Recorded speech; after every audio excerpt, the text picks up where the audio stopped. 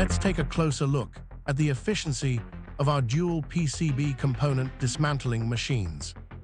To ensure high processing capacity and meet customers' recycling demands, each PCB component dismantling machine is designed with an output of 300–500 kg per hour, depending on the material type and the operator's feeding speed.